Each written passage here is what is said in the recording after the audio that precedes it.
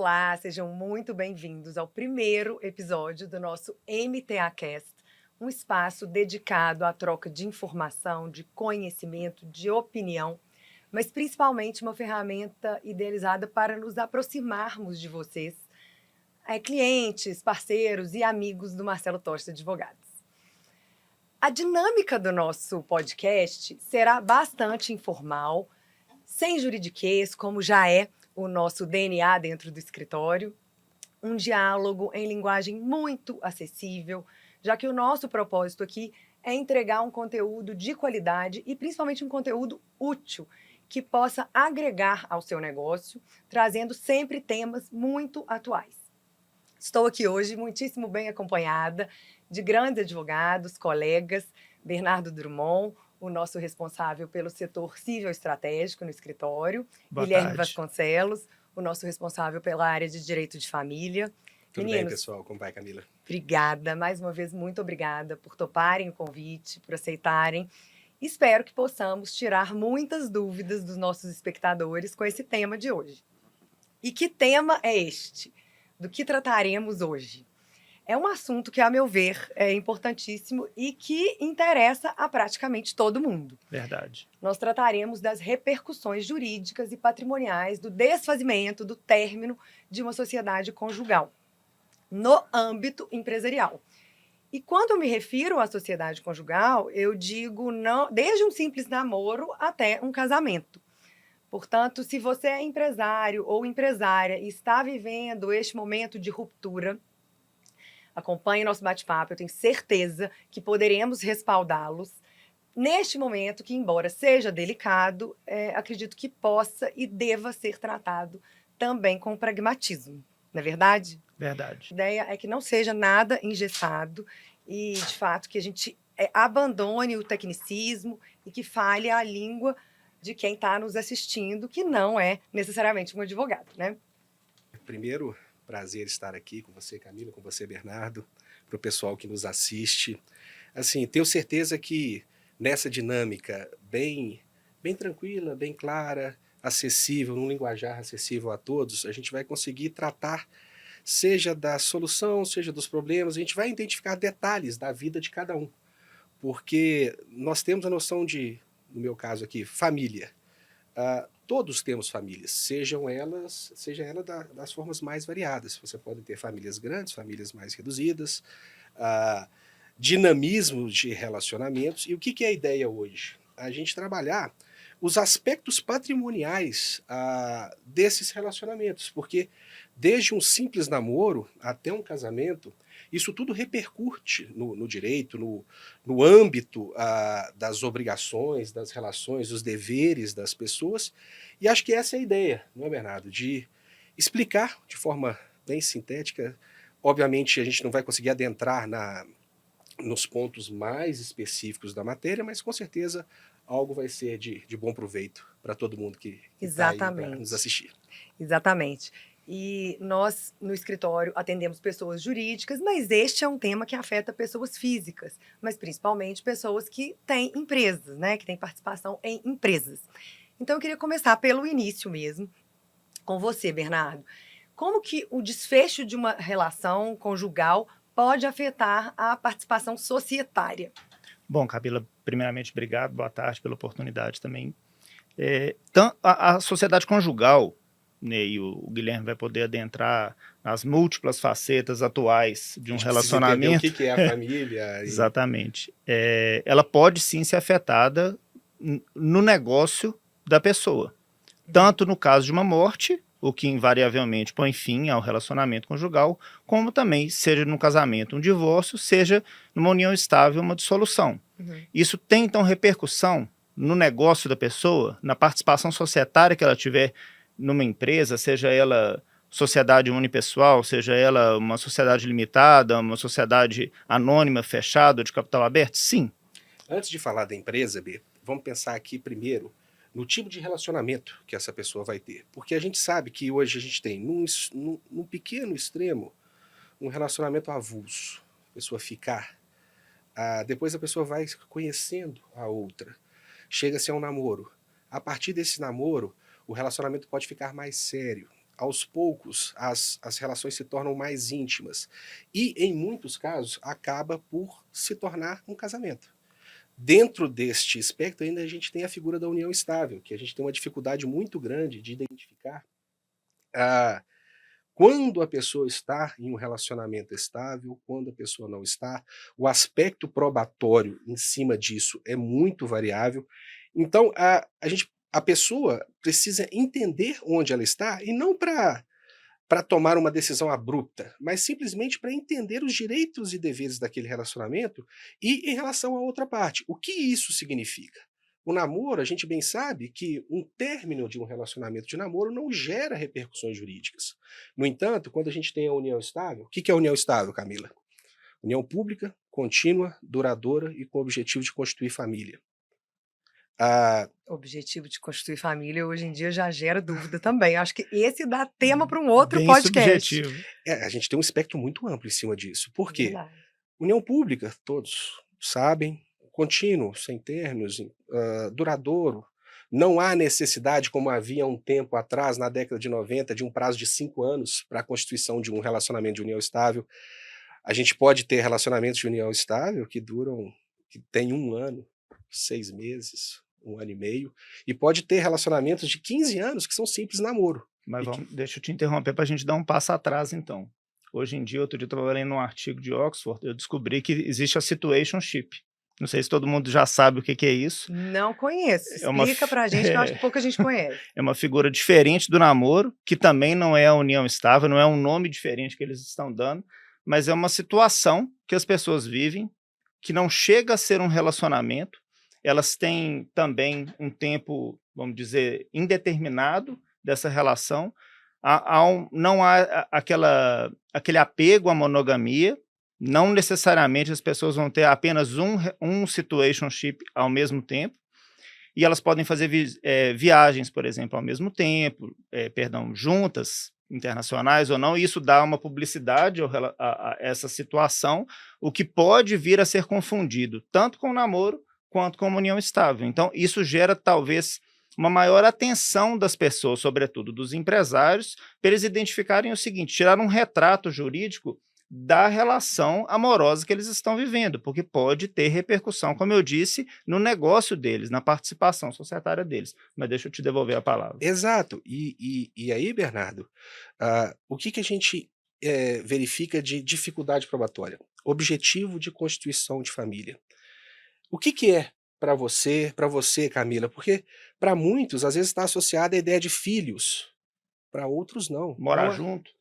Coabitação, morar juntos, para outros não. Hoje em dia tem até os pais de pet, né? Exatamente. Tem. Então, hoje em dia isso é uma família, né? Então, onde vão ser nos pequenos detalhes que essa relação informal, que antes era um namoro, vai se transformar num relacionamento de união estável, e essa união estável, sim, no futuro, pode trazer repercussões jurídicas dentro de qualquer tipo de patrimônio que a pessoa detenha, e especialmente no caso de hoje, de uma empresa que ela tenha constituído antes, durante ou depois desse relacionamento. E a jurisprudência já vem reconhecendo também aquilo que seria o namoro qualificado, que não é um namoro de jovens, as pessoas já moram juntas, mas criam algum tipo ali de assistência recíproca, mas não chega ainda a ser uma união estável. Por quê? Falta exatamente esse critério probatório que ele colocou, que é a questão da constituição de família. Então, brevemente aqui, a gente já falou de várias situações que podem configurar regimes, né? Então, a gente falou Tipos de relacionamento. Tipos de relacionamento. Então, a gente falou de namoro, a gente falou de namoro qualificado. Situationship é a nova modalidade, segundo Oxford. União estável. Casamento. E o casamento em seus diversos regimes de comunhão, comunhão parcial, separação de bens. Então, eu queria pegar esse gancho para a gente falar, Bernardo, sobre...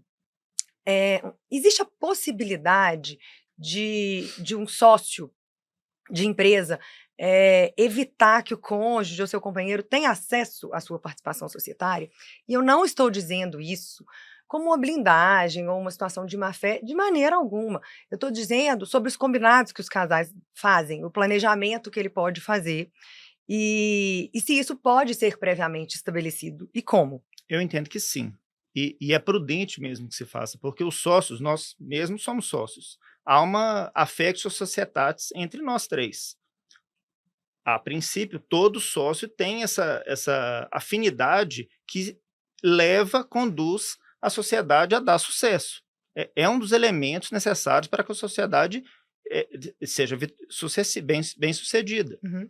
Se depois de amanhã um de nós não está aqui e minha esposa ou companheiro de um do outro sócio aterriza nessa sociedade, não necessariamente isso vai dar certo. Então, torna-se uma preocupação não apenas da pessoa física, daquele que é sócio, mas da própria sociedade também, de criar instrumentos que possam reagir ou se preparar para esse tipo de situação. E quais seriam esses? Em cima desse tipo de cenário, vamos entender regime de bens? Acho importante definir os regimes. Porque a gente vai tratar dos regimes mais comuns na nossa sociedade, relembrando que a gente tem uma infinidade de regimes. Você pode escolher a forma patrimonial de definição do seu casamento ou união estável. Desde a lei do divórcio, no final dos anos 70, até a lei do divórcio, você tinha o regime da comunhão universal de bens, que era aquele regime legal. Após o final dos anos 70, passou-se a comunhão parcial de bens. Diferença, gente, de forma bastante simples aqui. Comunhão universal é aquele que existe uma massa patrimonial comum entre os cônjuges. E tudo que eu falar aqui para os cônjuges vale também para os companheiros em união estável. Essa massa patrimonial, independentemente da forma de aquisição dela, ela pertence aos dois. Ônus e bônus, tudo dividido em 50%. Então você tem, eu comprei um apartamento, eu montei uma empresa, eu ganhei um veículo, eu ganhei um investimento, meu pai me doou uma fazenda. Tudo isso faz parte dessa massa patrimonial e vai ser dividido por dois. Os cônjuges são meieiros entre si. Vale para momento de separação em vida e, em caso de falecimento, também. A outra parte vai ter esses 50% reservados. Na comunhão parcial, que é o regime legal aplicado, mantido no Código Civil de 2002, já tem uma pequena diferença. Existem bens comuns e bens particulares. Os bens comuns são os aquestos, aqueles adquiridos na constância do relacionamento onerosamente. De forma onerosa, exato. Quais são aqueles particulares que pertencem somente a um dos cônjuges ou companheiros? Aqueles que são adquiridos de forma gratuita. Exemplo simples, uma doação, uma herança. Exato. E a forma de partilha e divisão desse patrimônio em vida é uma, e no caso do regime sucessório é outro. Em vida, como que funciona? Você tem a meação, 50% já pertence àqueles bens comuns, e em relação aos bens particulares, esse cônjuge companheiro ele vai concorrer com descendentes e ascendentes, se houver. Em relação ao outro, no caso de falecimento, no caso de sucessão, obviamente, então você vai ter essa forma de divisão. Seguindo os regimes, mais dois regimes só, tá, Camila, para a gente ser bastante objetivo. Regime da separação convencional de bens. O que é esse regime? É aquele que você vai num cartório de notas, lavra um pacto antenupcial. Nesse caso, é obrigatória a lavratura desse pacto e que você vai optar pela separação total de bens, que, pela nossa norma jurídica, ela prevê a administração exclusiva do patrimônio por cada um dos seus cônjuges ou companheiros. Então, o que é meu, o que é seu é seu. Uma grande surpresa que as pessoas, às vezes, até mesmo profissionais da área, que não estão tão familiarizados com o direito das famílias, não entende, é que no regime sucessório da separação convencional de bens, a forma de sucessão é diferente. Então, você em vida, você tem um casamento em que, se você se divorciasse, você não partilharia nada. Mas, em caso de falecimento, o seu cônjuge pode ser seu herdeiro. E, nesse caso, só existindo bens particulares, esse cônjuge vai concorrer com os descendentes ou ascendentes, se houver. Então, a regra que muda. Se você partilha em vida... A não ser que ele renuncie, correto? Que ele renuncie a esse direito de... A questão da renúncia à herança, ela é bastante controversa na jurisprudência ainda, como o direito futuro. Tá bom. Assim, existe essa discussão jurisprudencial, tem colegas que defendem a possibilidade e tem colegas ainda que não defendem essa renúncia. Então, quando você tem Então, assim, você tem essa diferenciação. Uma forma de minimizar essa participação é um testamento ou uma doação de vida, lembrando que existe uma limitação legal da legítima, que é de 50% do patrimônio total. Só fazendo um outro gancho para o último regime, que é o da separação obrigatória de bens, que a gente está falando aqui em fevereiro de 2024, a gente teve nesse mês uma decisão extremamente interessante do Supremo Tribunal Federal, do ministro Barroso, resultado 10-0, a respeito da separação obrigatória de bens. O que é a separação obrigatória de bens? É aquela que o Estado não te deixa optar por outro regime, seja o da comunhão universal, o da comunhão parcial ou da separação convencional. Por exemplo, para quem tem mais de 70 anos. Exato, o que foi objeto desse tema 1236 de fevereiro de 2024, em que o Supremo disse o seguinte: antes, no Código Civil de 2002, você tinha uma limitação de 60 anos, após passou a 70 anos no início da década de 2010. Antes, no Código Civil de 16, já existia essas limitações por idade, obrigando o cidadão a se casar pelo regime de separação obrigatória. E agora o que foi dito? Não faz sentido essa limitação simplesmente legal em razão da idade sem nenhum critério razoável. Então o que aconteceu? As pessoas agora superiores, que têm idade superior a 70 anos, podem, desde que queiram, em comum acordo, optar por outro regime. Se elas não optarem, vai incidir o da separação obrigatória de bens. Por que esse regime diferencia da outra separação? Porque na convencional, o cônjuge ele concorre com os descendentes e ascendentes na herança, como eu disse, bens particulares. Na separação obrigatória, não. Não há essa concorrência. Aplica-se uma súmula, que é a 377, que vai parecer com a comunhão parcial de divisão, partilha dos bens adquiridos na constância deste relacionamento, só que ali inverte-se o ônus da prova. Então, assim, a regra, batendo no que a gente está voltando em relação à pessoa jurídica, cada regime que essa pessoa vá ter como sendo aquele do seu relacionamento vai influenciar diretamente nesse planejamento familiar. Então, se você estiver numa união estável, você fala assim, opa, eu coloquei a minha companheira como minha dependente no plano de saúde, eu coloquei o meu companheiro como dependente no clube social, fizemos uma viagem na empresa, coloquei ela como minha companheira, ou o inverso, ele como companheiro, ou mesmo para casais de mesmo sexo, que não há distinção alguma. Os direitos e deveres são totalmente igualitários entre todos, defendido para todo cidadão brasileiro. Então, você deve pensar e fazer esse planejamento, porque isso vai repercutir no seu âmbito empresarial. E dentro desse parênteses, é importante também as pessoas saberem que há possibilidade de se alterar o regime de bens, inclusive depois dessa decisão Era a recente minha pergunta. do Supremo Uma vez Tribunal Federal. pactuado o regime, você decide futuramente modificar esse regime, é possível e como que isso é feito? A resposta é sim. Na questão do casamento, você precisa de uma manifestação judicial, você precisa da provocação judicial, de forma motivada, justificada.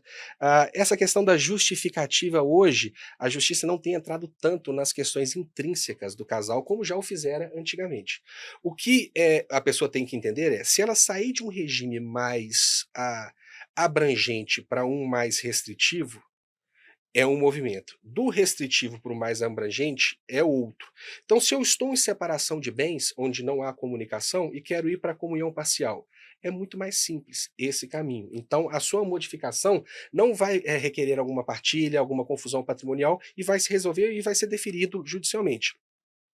No caminho contrário, se você está em comunhão universal e quer ir para a separação de bens, ou seja, restringindo, né, o direito, você tem que organizar esse patrimônio anteriormente amealhado, evitando-se fraude contra terceiros, credores, isso tudo tem que ser pensado.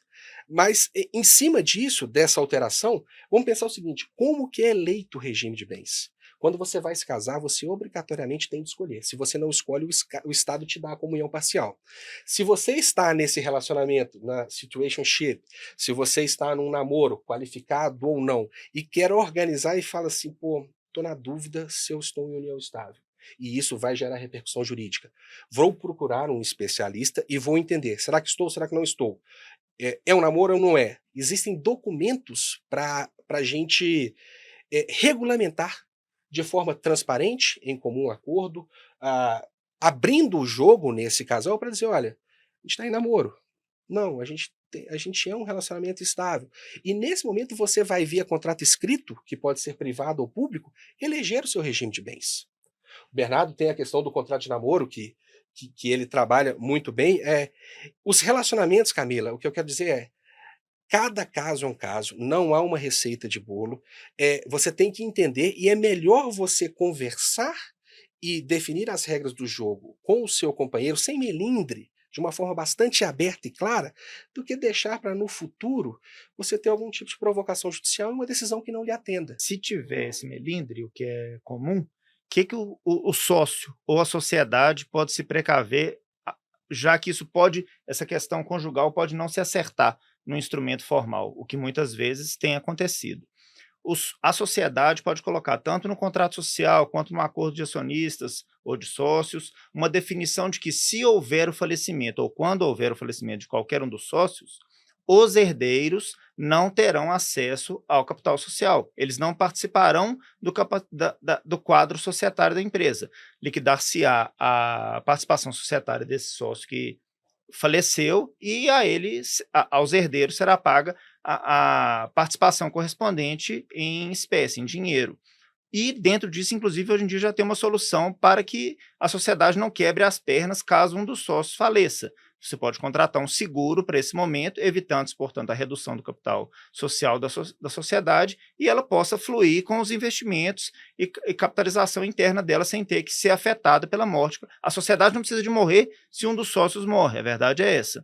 E também a sociedade não precisa de alterar o seu quadro, trazendo alguém estranho ou até não bem-vindo ao quadro societário, que seria um cônjuge, um herdeiro, dentro dessa relação societária, prevendo essa cláusula de bloqueio, evitando-se que um herdeiro tenha acesso a esse quadro societário. Também o testamento, concordo com o Guilherme, é outra forma de se evitar também que isso aconteça sem ter que haver um combinado bilateral com o cônjuge ou companheiro. É um documento unilateral. O testamento ele não precisa de externar para o companheiro ou cônjuge dele que ele fez esse impedimento, essa opção de evitar que essa participação societária alcance, claro, respeitada a legítima, dos 50% que ele explicou, para que também se evite que, caso a blindagem da empresa, né, do contrato social, do acordo de sócios, não faça esse papel, o testamento também pode fazer isso, e explicando aqui o gancho dele do contrato de namoro, que é um instrumento jurídico controverso, tem ciência disso, no meu livro, inclusive, eu exploro essa questão. Você podia aproveitar e fazer a propaganda desse livro, que eu estou lendo, maravilhoso. Do que você trata no livro? Exatamente da incomunicabilidade dos haveres societários entre os companheiros. Uhum. Ou seja, há como se estabelecer que esses haveres societários do negócio, da participação societária da pessoa, não alcance ao seu companheiro, e logicamente, como o Guilherme também bem colocou, igualmente ao cônjuge. Sim, a verdade é essa. Tem instrumentos jurídicos que você pode fazer estabelecendo bilateralmente ou não, para evitar que essa participação societária alcance, como também os haveres societários. Uhum. E dentro desse livro eu trabalho tanto esses conceitos, como também esses instrumentos jurídicos. Um deles é o contrato de namoro, que prevê o seguinte: você tem um relacionamento com determinada pessoa há longo tempo, não entendem entre si que há entre eles uma assistência e um propósito de constituição de família, eles têm isso bem definido entre si. Por que não, então, escrever no papel como se fosse um memorando de entendimentos, dizendo o seguinte: olha, hoje nós não entendemos que nós temos um propósito de constituição de família, muito embora a gente resida junto, uma ou outra despesa a gente acaba partilhando, mas eu não entendo que isso aqui significa que a gente quer formar uma família. Já tem 6 anos que a gente está nesse relacionamento, mas para mim e para o outro é um namoro. O que as pessoas... Na minha visão, apesar de ser realmente controverso na jurisprudência, tem a possibilidade de escrever no papel, num contrato. Para nós, é um namoro. Se por acaso, depois de amanhã, alguém, que seria o Poder Judiciário, tiver que enfrentar a definição, a conceituação dessa nossa relação, e porventura alguém entenda judicialmente que isso não era, pelas circunstâncias, um namoro, mas uma união estável, que então se aplique o regime, por exemplo, da separação convencional de bens. Com qual objetivo? Exatamente de se evitar a comunicação patrimonial entre as pessoas e certamente isso teria repercussões caso não houvesse essa previsão. E a ideia, assim, o que a gente busca passar para vocês é planejamento. É vocês entenderem o cenário em que se encontra e a forma de organizar e mitigar. O Bernardo disse, por exemplo, o seguro de vida. O seguro de vida é uma forma de planejamento sucessório. Você tem um instituto que pode te dar uma liquidez em uma família que às vezes tem muitos imóveis, tem muitas empresas, mas não tem liquidez. A gente sabe muito bem que ter o ITCD, que é o imposto estadual que incide sobre doação e heranças, ele é. Inclusive a alíquota é variável, né? Exatamente, A você tem um alíquota em São limite. Paulo, por exemplo, é menor do que a alíquota em Minas. Exato, Camila. Você tem aqui, em Minas, você tem 5%, São Paulo você tem 4%, o limite máximo de 8%, e a gente não sabe o que vai virar com essa. A reforma fiscal, gente, a reforma tributária, provavelmente será o tema do próximo episódio, porque a gente recebe muita dúvida e muita pergunta, porque, como você bem disse, é algo ainda incerto. A gente ainda não tem as bases de todas as modificações que virão em lei complementar. Então, desculpa a interrupção, mas é só para dizer que a gente deve falar disso em breve. Mas pode O retomar o raciocínio. planejamento societário ele está de mãos dadas com o planejamento tributário. É verdade. E E familiar. familiar. É. Porque a pessoa vai entender o cenário, forma de planejamento. Bernardo bem disse, testamento, você tem uma previdência privada, você tem um seguro de vida, Um pacto antenupcial, pacto antenupcial, contrato de convivência, alteração do regime de bens. alteração de regime de bens, contrato de namoro. Você tem uma série de mecanismos que vão ter repercussões jurídicas dentro da sua empresa. Uhum. E de dentro para fora também. O acordo de acionistas também ou de sócios pode ser estabelecido caso esses outros instrumentos jurídicos, vamos dizer assim, extra-societários, não caminhem dentro da sociedade. Você também pode tomar medidas que possam evitar esse ingresso da participação societária, esse alcance, na verdade, da participação societária aos herdeiros. Então, o que eu estou entendendo, em linhas gerais, que ambos me disseram aqui hoje, é que tanto em âmbito empresarial, societário, quanto em âmbito patrimonial, familiar, é muito importante o planejamento prévio e os acordos entre casais serem formalizados, na medida em que, se você não o fizer, por mais delicada que essa conversa possa parecer, vai ser o Estado, através do judiciário, que pode vir a decidir, frustrando uma ou outra vontade. Então, na verdade, existem mecanismos em âmbito societário que podem ser adotados, como existem mecanismos em âmbito familiar cartorário, digamos assim, para que a vontade de ambos prevaleça. Então, o famoso combinado não sai caro. E evita-se conflitos, caso você imagina-se, presume-se que, na verdade, não, esse assunto pode estressar a relação. Eu entendo que muito antes pelo contrário. À medida em que você define, entre aspas, uma regra de convivência e também de relacionamento societário, você está evitando o conflito futuro, caso você deixe indefinido e um juiz... Em que um terceiro, que não conhece... Como a jurisprudência variável ainda, enfrente essa situação e defina, às vezes, na sua ausência, o que é pior.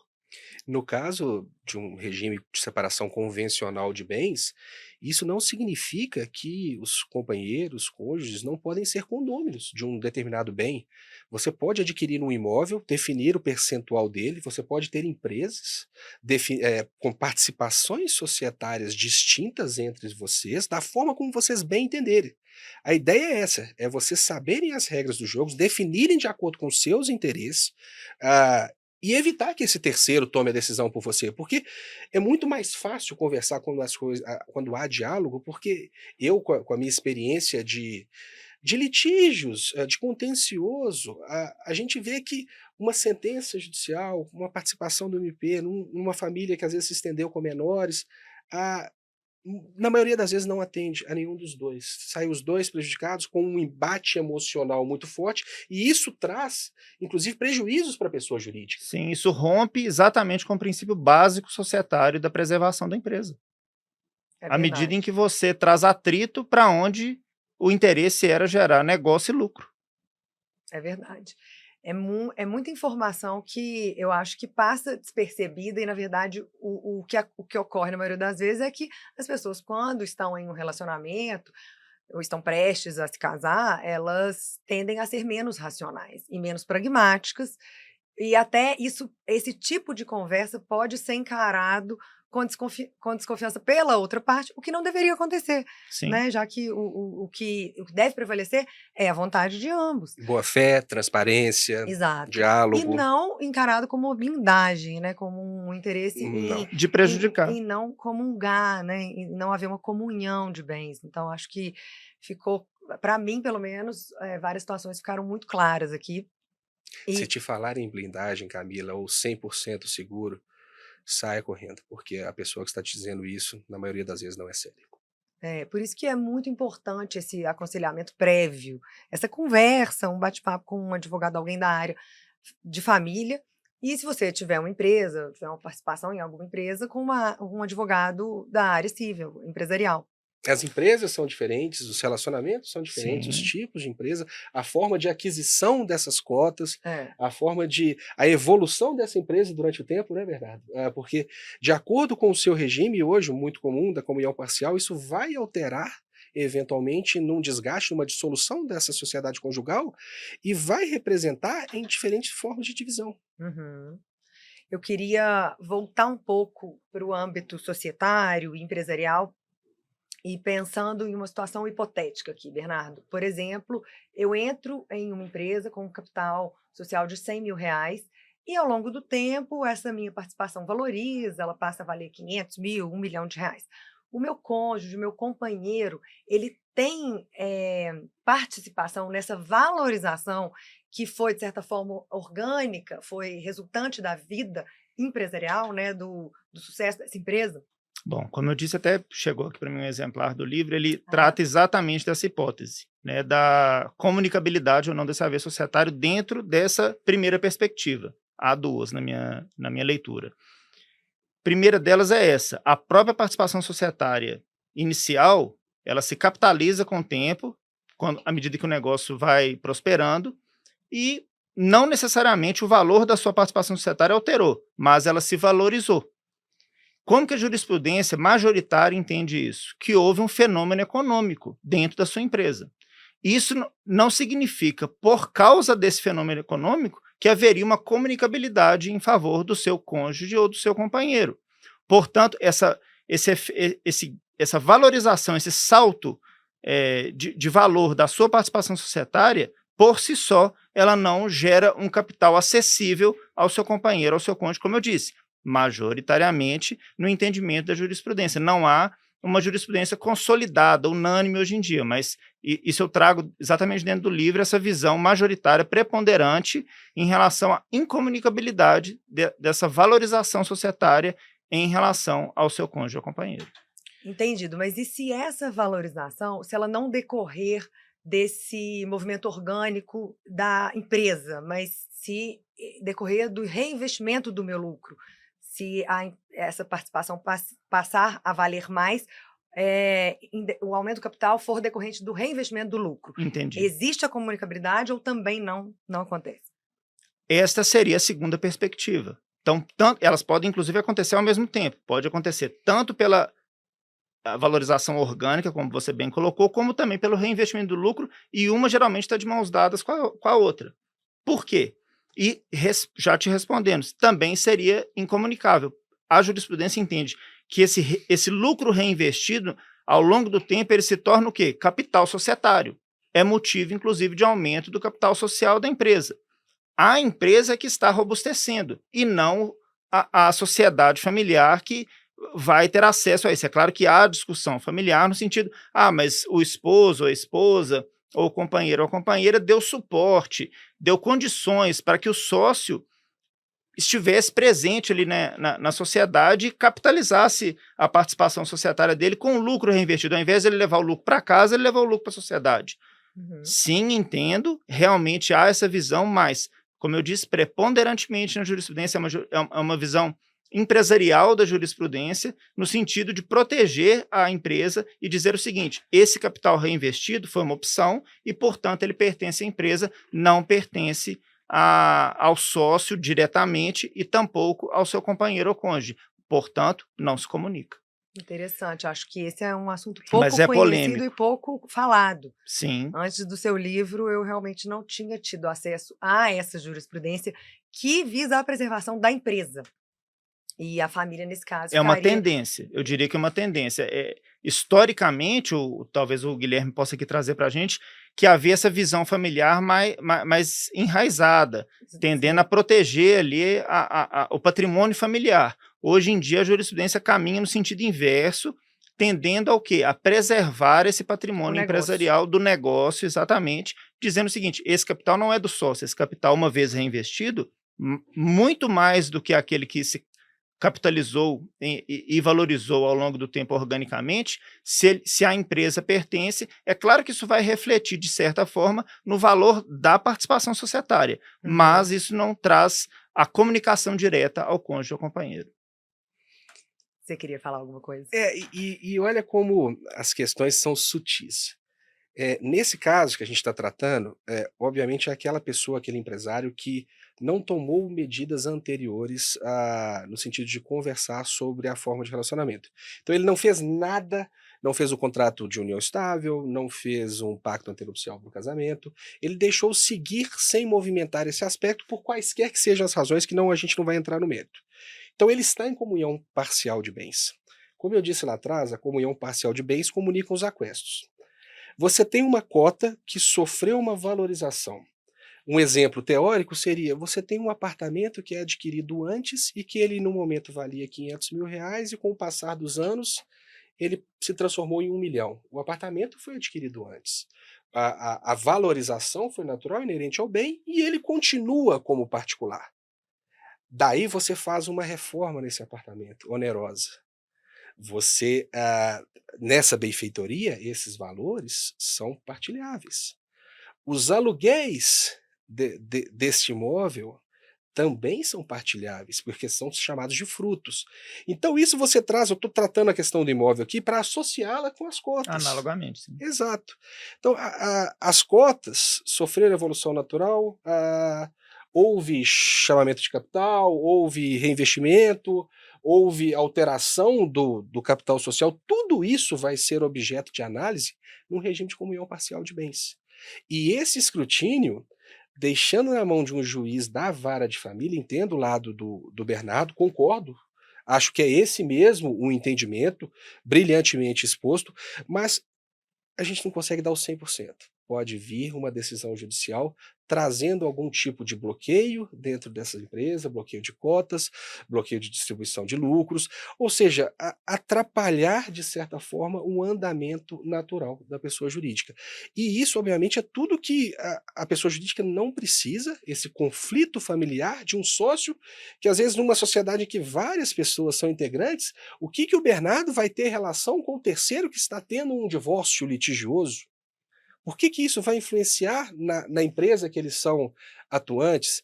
Então, a ideia é pensar, planejar e verificar essa diferença sutil que pode existir e que pode trazer esse prejuízo no andamento natural das coisas. Muito bom. Estamos, infelizmente, chegando ao fim do nosso Já? bate-papo. Já passou rápido, né? Passou. Mas a ideia é justamente essa, que sejam entrevistas mais objetivas, para que a gente consiga, de fato, captar a atenção do nosso espectador. Foi só o primeiro episódio de uma série de entrevistas que nós faremos aqui no MTA Cast.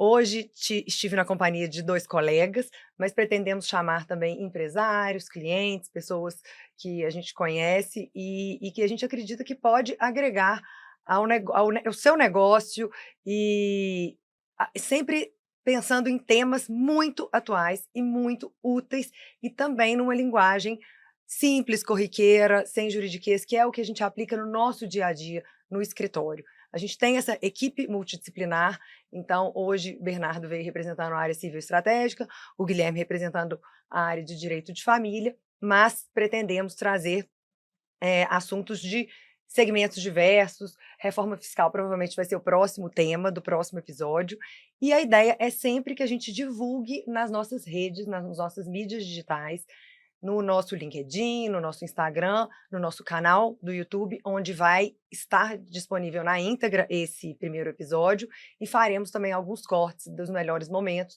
em todas as redes.